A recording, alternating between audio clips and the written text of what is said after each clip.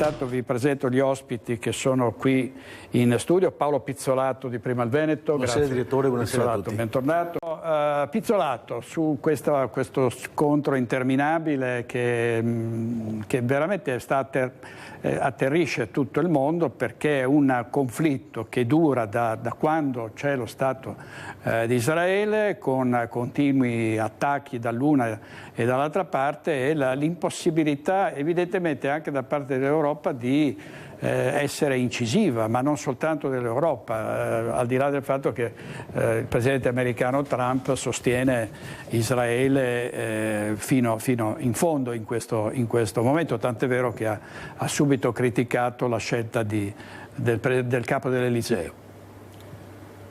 Secondo me questo è un discorso delicatissimo.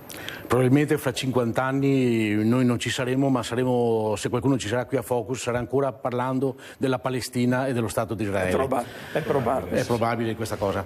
Bisogna anche capire però che in questo momento non bisogna assolutamente fare tifoserie che tifino per l'uno o per l'altro, pur sapendo che ognuno di noi ha una propria opinione personale su quello che sta accadendo. Però non si può dire forza Israele o forza Palestina. Qualcuno dice che se non avvenivano i fatti del 7 di ottobre questa cosa non sarebbe mai successa. Probabilmente potrebbe essere così. Da anni già si scannavano, come sappiamo perfettamente sanno fare solo in quelle zone, ed è una cosa a cui bisognerebbe assolutamente porre fine. Qual è stato l'errore dei palestinesi? L'errore dei palestinesi nel corso degli anni è stato quello di aver permesso lo sviluppo di Hamas in tutti i contesti, politici, militari, di aggressività, e abbiamo visto nel corso degli anni cosa è successo, questi bombardamenti costanti e continui nei confronti di Israele, che si è anche un po' stancato sinceramente di essere sempre nell'occhio del ciclone da parte di determinati paesi asiatici. Dall'altra parte c'è Israele che in questo momento forse sta reagendo dopo quello che è successo il 7 di ottobre in una maniera abnorme, in una maniera semplicemente incredibile, dove logicamente quello che è stato detto, bambini che sono alla fame, gente che muore, effettivamente è vero. Certe volte bisognerebbe forse capire la rabbia di Israele, ma bisognerebbe anche mettersi nei panni delle persone che vengono costantemente bombardate e che chiedono solamente di poter mangiare la pace e che non hanno colpe. Logico che il punto debole è questo maledettissimo Hamas, che anche oggi abbiamo visto che in cambio del rilascio di 10 ostaggi vuole la liberazione di 2100 persone che sono prigioniere o persone che sono nelle mani degli israeliani, e logicamente non c'è assolutamente paragone, sono persone e gente inutile, stupide, che proprio non vogliono assolutamente scendere a patti. Bisogna anche però cercare di capire che ci sono anche delle problematiche economiche, perché dietro una guerra, dietro uno sterminio, dietro tutto quello che accade, ci sono sempre i problemi economici. Due sono i problemi economici grandissimi, e la reazione dei paesi occidentali che non intervengono, e anche e soprattutto dell'America, sono determinate anche da queste cose. Premesso che è vergognoso che qualcuno non si metta insieme a un tavolo di trattative, come sta accadendo anche un po' per l'Ucraina, per cercare di vedere di trovare una soluzione, perché questo massacro potrebbe continuare per anni e anni se qualcuno di forte non si mette. Ci sono due problematiche. Uno è che Gaza, che Israele sta cercando di fare in maniera che diventi totalmente propria, a 30 km da Gaza, ho avuto già l'occasione di dirlo circa un mese, 2 mesi fa quando ero qui, è stato trovato il giacimento metanifero più grande esistente al mondo. E la questione economica è che chi riesce a sfruttare la zona di Gaza con questo giacimento metanifero si mette dei gran bei soldi in tasca, per cui logicamente gli israeliani puntano a questo, a liberare completamente Gaza per avere il possedimento di quel territorio. Un secondo tipo di casistica economica è questa. Quando un mese e mezzo fa Trump ha imposto i dazi, abbiamo avuto un crollo delle borse europee. Quella sera che ero presente ho raccontato come avvenivano i crolli nelle borse e quali erano i fattori potenzialmente positivi per tutti i fondi americani che portavano a casa i soldi proprio a causa di questi crolli che c'erano stati. Ma i fondi americani operano tramite Israele?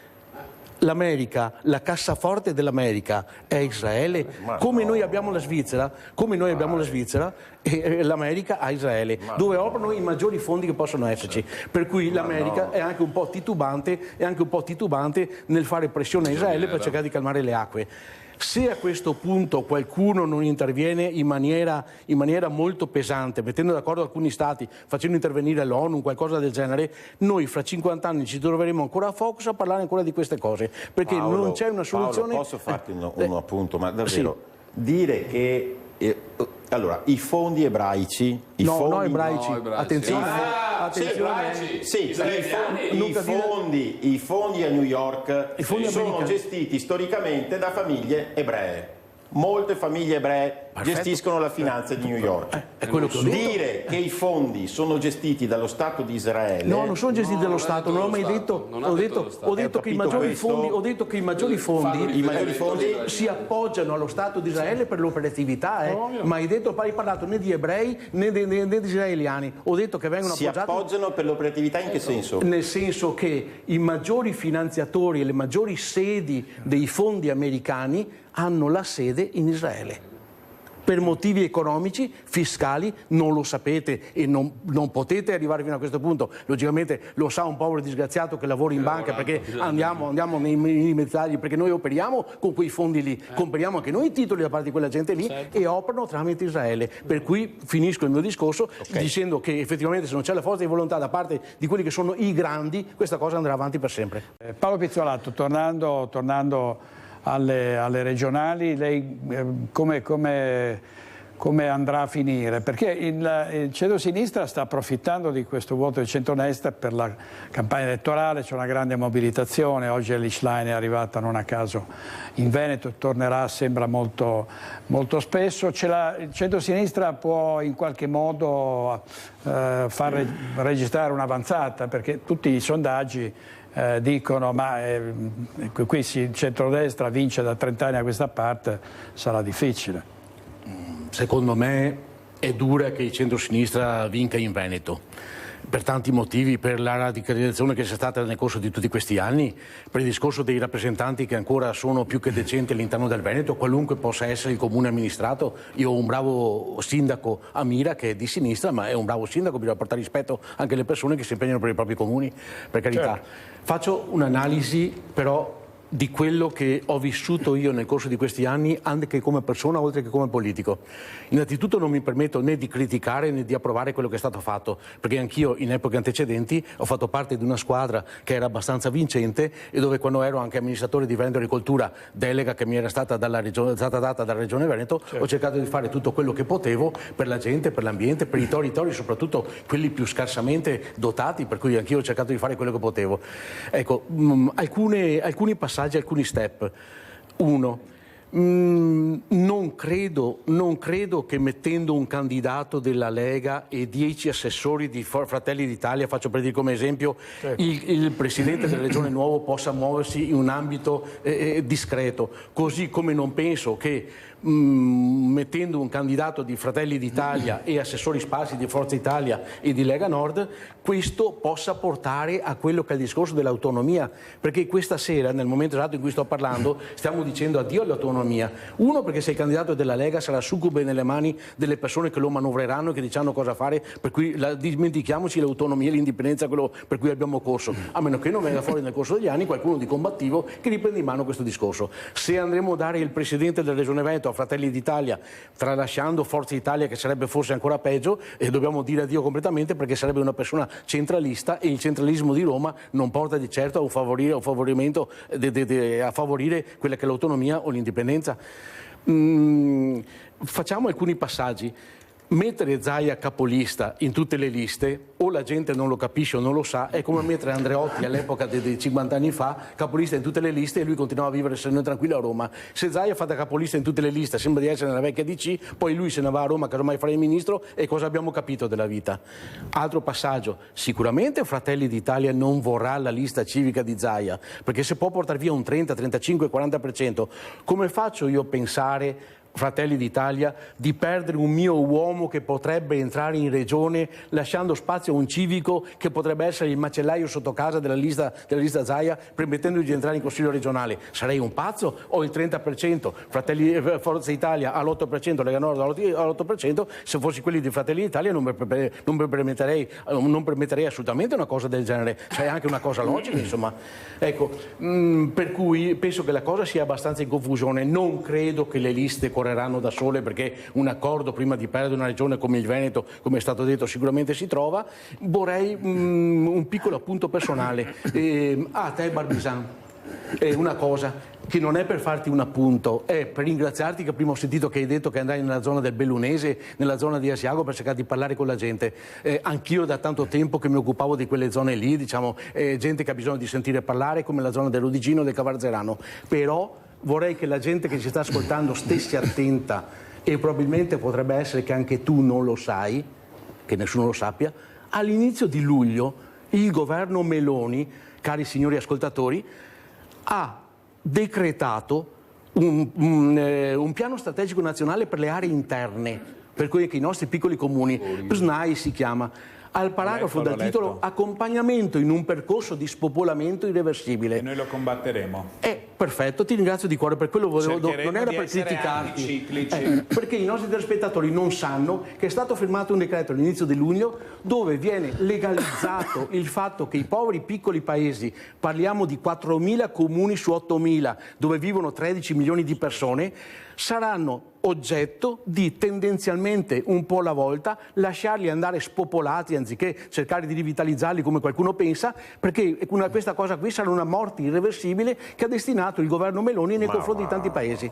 È un decreto, scusami, è a Roma, allora, se non lo sai, informati, inutile che ti critichi a roba, lo sa anche la cosa, per cui ti ringrazio di cuore, finisco il mio intervento e dico, vinca il migliore per carità di Dio, cercheremo anche noi di fare la nostra parte, però ricordatevi che il Veneto non è da lasciare al partito politico, è da lasciare a tutti quei milioni di elettori autonomisti, indipendentisti, che nel 2017 sono andati a votare e che si vedono sottrarre la bandiera del leone da sotto il sedere, scusatemi. Pizzolato, e poi dobbiamo chiudere. Cerco di far presto, direttore. Prego. Era l'8 luglio del 2015, quando il tornado passò per la riviera del Brenta, toccando i comuni di Dolo, di Pianiga e il mio comune di Mira. E ancora adesso rammento la persona che è morta, che ha preso il volo con l'auto e che è caduta praticamente in mezzo alla strada. Rammento tutti i danni che ci sono stati e rammento purtroppo alcune cose. Una, scarso intervento a livello edilizio per cercare di dare una mano alle persone che, come è stato giustamente osservato, in questo momento sono anche povere, non hanno i fondi per anticipare i soldi, per cui hanno dovuto cercare di fare in maniera di attingere ai propri risparmi o a finanziamenti in banca, quando logicamente i certi finanziamenti dovrebbero arrivare anche dalla Regione Veneto. Dico questo non perché la Regione abbia una colpa, ma perché quest'anno sono stati tagliati da parte del governo 85 milioni per i comuni italiani e 85 milioni per i comuni veneti, scusate, che fanno parte di tutto il blocco di comuni italiani a cui è stato levata via questa provvigione. Poi un'ultima cosa, ricordo con tristezza la burocrazia. Per 3 volte, per 3 anni consecutivamente queste persone sono state costrette a rifare la domanda, a rimandarla di nuovo in regione perché non andava bene il primo modulo, non andava bene il secondo modulo, andava bene il terzo ma con qualche eccezione. I soldi sono arrivati solo l'anno scorso per le ultime persone che avevano avuto dei danni e purtroppo con molta amarezza a Porto Menai la Fioria Germoglio, mi sembra, ha chiuso circa un mese e mezzo fa, perché ha cercato di andare avanti con mezzi propri, non ce l'hanno più fatta e dopo 10 anni ha dovuto dichiarare chiusa e cessata l'attività proprio per questi motivi, perché bisogna intervenire subito sia a livello edilizio, ripristinando le mura, i tetti, tutto quello che volete, ma 2 palanche messe da parte in qualche contesto regionale devono assolutamente esserci, perché la gente da sola non ce la fa adesso, ma guardate che fra 2 anni, anche con i report che arrivano in banca, non ce la farà assolutamente più, perché non avete un'idea a cosa stiamo andando incontro economicamente. Ecco. Senta Pizzolato, l'esodo di fine luglio adesso, le risulta che siano aumentati a dismisura le richieste di prestiti per le vacanze? Ho avuto l'occasione di dirlo qualche volta che succedono delle cose che sono inconcepibili. Cerco di spiegare in pochissimi secondi questa cosa. La gente economicamente non sta più bene, è aumentato il numero delle persone povere, sono aumentati il numero delle famiglie povere, però la vacanza devono farli tutti. Devi farle soprattutto perché devi anche dimostrare al vicino di casa che vai via, che vai in vacanza. Da 30 giorni siamo passati a 10, da 10 siamo passati a 5, adesso 3-4. Cosa succede? La gente è molto tirata, soprattutto economicamente, a causa delle bollette e dell'aumento del costo del gas e del costo dell'Enel. Vengono in banca e chiedono questi 1.000-1.500 euro di prestito per poter andare in banca. 36 mesi, 50 euro al mese. 36 mesi, 50 euro al mese per andare in vacanza. Va bene, facciamo il prestito, ci sono le garanzie, lavorano tutte e due. Cosa succede? Questi, innanzitutto, giustamente come ha detto lei, direttore, sono aumentati sporadicamente, proprio perché la gente ha bisogno anche di andare via, soprattutto dopo Covid. Abbiamo ancora tracce del Covid, la gente mentalmente è ancora chiusa dentro casa, per cui ha bisogno di muoversi. Ma il brutto è quando tornano ottobre-novembre, arriva la prima bolletta del gas. Allora devi scegliere una cosa, o pagare la bolletta del gas o pagare la ratina di 50 euro del piccolo prestito che hai fatto. Devi pagare la bolletta perché i ragazzi hanno appena iniziato la scuola, la moglie casomai fa mezza giornata di lavoro oppure a casa perché fa la casalinga, e cosa ti succede? Ti lasciano lì piantato per terra il piccolo prestito. Passa un mese, passa 2 mesi, passano 3 mesi, al quarto mese arriva la lettera di diffida, al quinto mese vanno in sofferenza e poi inizia tutta l'azione legale.